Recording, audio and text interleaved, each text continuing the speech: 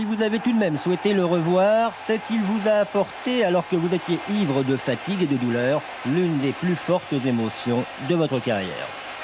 Vous avez également choisi votre deuxième but contre l'Irlande en Coupe du Monde 82. C'est vrai, vous allez encore jusqu'au bout de l'engagement cette fois. D'ailleurs, vous souffrirez longtemps ensuite de votre genou. Enfin, votre troisième morceau choisi n'est pas un but.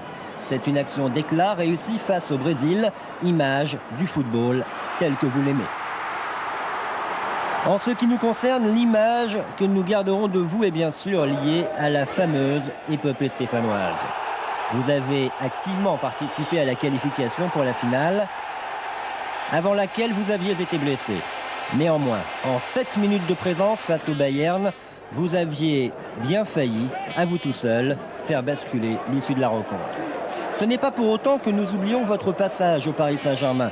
D'autres exploits, et en particulier ce but à la dernière seconde des prolongations face à votre ancien club en finale de la Coupe de France. Enfin, c'est pour Toulouse que vous avez inscrit vos derniers buts, que ce soit en Coupe d'Europe comme ici, ou alors en Championnat de France. Des buts, il y en a eu près de 200 dans votre carrière. Ils ont également jalonné votre parcours sous le maillot de l'équipe de France.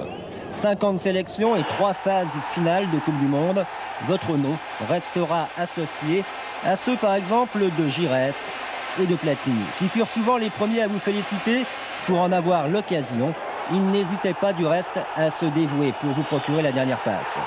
Vous saviez en profiter, tout comme vous étiez un modèle de fair play, puisque voici le seul carton jaune de toute votre carrière. Ce ne sont pourtant pas les occasions de vous révolter qui ont manqué, mais c'est sûrement cela